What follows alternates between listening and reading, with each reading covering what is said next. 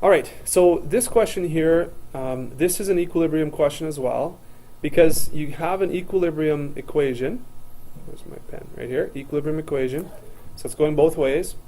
And they give you an amount of each gas, and then it says what are the equilibrium concentrations. So this is going to equilibrium, so this is an ice chart example.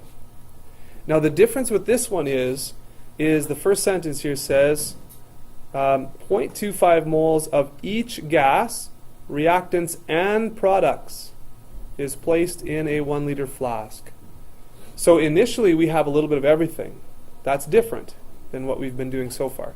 So let's see how that works here. Well, first of all, 0.25 moles in 1 liter, that's going to be 0.25 molar for all gases, right? Concentrations. So what does that look like? Let's make our ice chart. So I, C, E, and above let's put in CO and O2, CO2, and NO. Yeah. And so all of these are gases, so that's good. If they're not gases, we don't put them in the ice chart. Right? They're not included, not involved. But all these are gases. So initially, what we have, I'll just finish my lines on my chart here.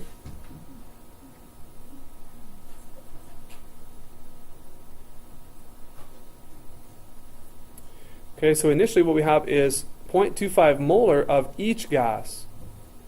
So 0.25 goes there, and all the way across the top row.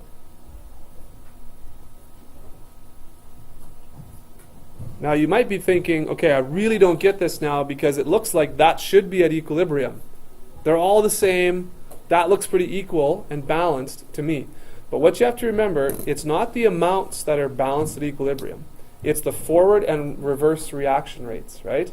So the amounts actually have nothing to do with equilibrium, because you might think, oh, it looks balanced, we're done. That's easy. Well, it hasn't gone to equilibrium yet. So here's the tricky part though, okay? So watch this. How do you know how this is going to change if you have the same amount of everything to begin with? I'm asking you, does anyone see what it is that can help us to know what equilibrium is going to look like, or what the change is going to be? Because I need to know what I'm going to put in this second row here. Any ideas? We haven't done one like this yet. Yes. Okay, very good. If you look at the KEQ and to see whether it's large or small, that's going to give us an indication of whether the products or reactants are favored at equilibrium. So this is very large, right? So that means at equilibrium we should have more what? Products. So if we start off with all the same, and we know at the end we should have more products, then look at what happens. These products should go up from this initial state, and these reactants will probably go down then. Okay? So sometimes you know, right? If it's 0, it's going to go up. But now you have to kind of look elsewhere. Okay, that's good. So is this balanced? Is this equation balanced? It appears that it is, right? 3 oxygens, 1 and 1, 1 and 1. Okay. So these are the coefficients. 1, 1, 1, 1. And so this is going to go down by X amount. And because all the coefficients are 1, all of these are X's, just 1X. The 2 reactants will go down by X amount each, and the 2 products will go up by X amount each. Everybody good with that? Okay. So what I'm going to do is I'm going to get you to take a couple minutes, a few minutes, and see if you can finish this question on your own, because we've done a few examples now. So write out the equilibrium expressions. You need to put together the KEQ expression, plug in your values, and do some math. Okay? So take a few minutes and work on that, and then we'll check it out in a few minutes here. All right, so this is what it should look like as you go to completion here of this question. And so what we did here was made sure that we combined the previous 2 parts of this chart into the equilibrium spot there. We did that for all 4. The KEQ looks like this, and with all the values put in, it looks like this. 146 was the KEQ in the question. So after you do the math, okay, take the square root of both sides here, multiply this, right, to that, so this distributes there, and you get those two values equals 0.25 plus x, and you get x to be about 0.21178. Then you put that for CO, for example, you put that x in there, and you just simply evaluate this, and there's your concentration for CO and NO2, and then the concentration for CO would be 0.25 plus that x value should be that and that. How did you get 13 or 2.77? 2.7, how to get this? Okay, well, I sent this 12 over to the other side to get this, and then 3.02 minus 0.25. So these two I combined here. Okay, so this is really a third type of ice chart problem that we've done. The first type is where we have only reactants at the beginning and zero products at the beginning, and we're allowed to go to equilibrium. Second one we just did was we have a little bit of everything at the beginning, and then we decide which way they're going to go, right? Which is going to increase, which is going to decrease. This one now is a bit different in that it's asking you for how many moles of HCl are needed to produce this many moles at equilibrium. So we're actually looking for initial concentrations here, okay? So initial, that's the big deal. This is kind of our third type. So how are we going to do this one? Well, we can still use the ice chart. The ice chart is still very, very helpful. But I'm going to start that right now. So ice here, and of course we're going to do 2 HCl, first column there. Let's do H2, and let's do Cl2. So make your chart. And you're going to see how this chart is going to look just a little different. But again, the concepts are all the same. We're just going to be working sort of backwards a little bit with this. Okay. So here's the reaction. Here's the KEQ. How many moles of HCl are required or needed to produce this many moles of Cl2? First of all, we need to work with concentrations, right? So we have 0.8 moles in 2 liters. So that's 0.4 moles per liter, right? Now that is of Cl2 at equilibrium. So we can go ahead and put that right in our chart, right there. So that's where that goes. Now, the wording in this problem says how many moles of HCl are needed at the beginning. That means that there's no H2 or Cl2. It's only HCl. So think about the first type of ice chart question. You start with a reactant, and then it goes to equilibrium. What do you have for products? So we have nothing here and nothing here. Okay? All right? And we don't know. The unknown is what we have at the beginning here for HCl. So let's just make that our x. Okay, let's make that our x. Okay, you with me so far? You guys have questions? Sorry? Well, this one is an x because the question says how many moles of HCl are needed to produce this much at equilibrium. So it's like they're looking for the initial or original concentration. So we don't know that. So that's what we're going to make our x. Yeah. Why did you divide the 0.8 by 2? Because I have 0.8 moles, and then this is a 2-liter flask. So this is moles, this is liters, moles per liter.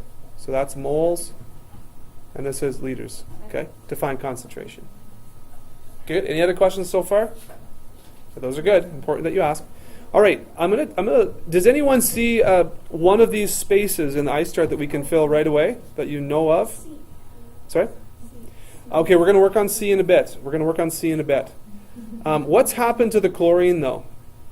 What's happened to the chlorine? It's went from 0 to plus 0.4. My question is, how is the hydrogen behaving here? Sorry, I heard answers all at once. What? It's going to go up? Okay, if 0, it's going to go up. Yes, that's true. Any other thoughts here? Okay, right, in our ice charts so far, this is a 1-to-1 ratio. So whatever one does, the other one does the same, right? It's always been like that. So guess what? This is going to be 0.4 as well at equilibrium. And That's because they're at the exact same ratio. Well, you're getting it. Yes, exactly. Very good. So now we can actually look at the change column there now, as was mentioned. And this is not rocket science here now. Okay, we got x here. So we don't want to put an x here. And as a matter of fact, if it goes from 0 to 0.4, what's been the change? Plus what? 0.4. Awesome. Okay. And for both. So that's great. So we went from 0 and we changed by 0.4 moles per liter to end up at 0.4 moles per liter. Awesome. Okay, so let's go over to this column. Let's try and figure this out now. What do we know about this? I started with x, so some amount. Is that x going to go down or up? It's going to go down. Very good. By how much? 0.8. Anybody agree with 0.8? You all should agree with 0.8. Oh, very good. Why? Because this is a 2 to 1 to 1 ratio. So guess what? This goes up by 0.4. This should go down by 2 times 0.4. Well, yes, you do need to know this one actually, because look at equilibrium, right? So remember, we need to solve for x, right? But how do we solve for x? We need to use the KEQ expression, because we're given the KEQ, right? So how are we going to find x? We're going to have x in here,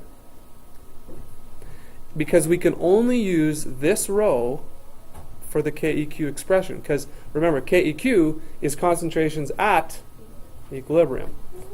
Yeah. All right. So we don't know what x is, but we can find out now.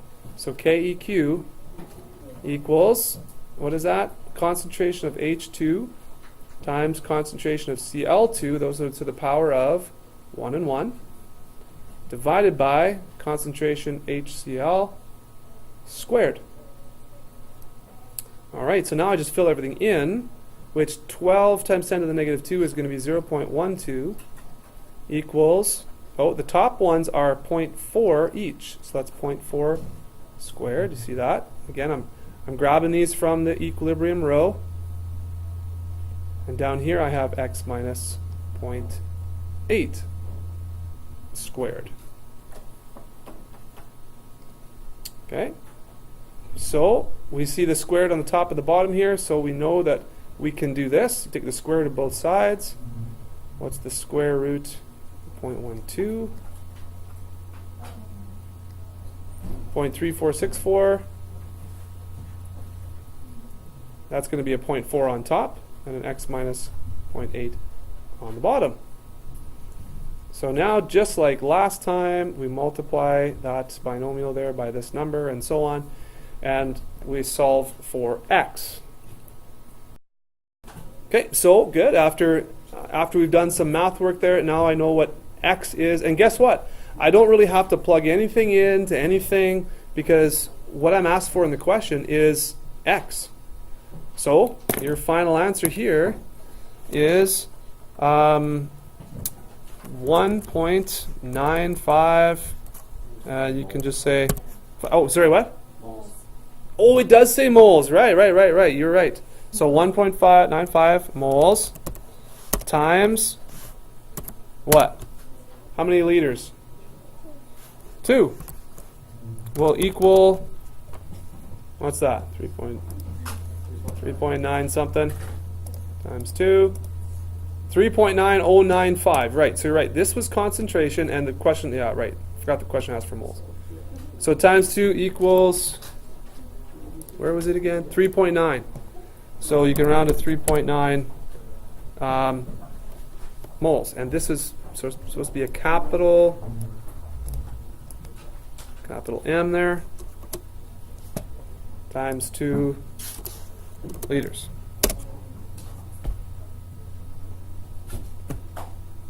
Okay. Moles HCl. Okay, does that make sense? Moles per liter times the number of liters that you have. Okay? So here's your answer. Questions? Comments? Concerns? Thoughts? All right.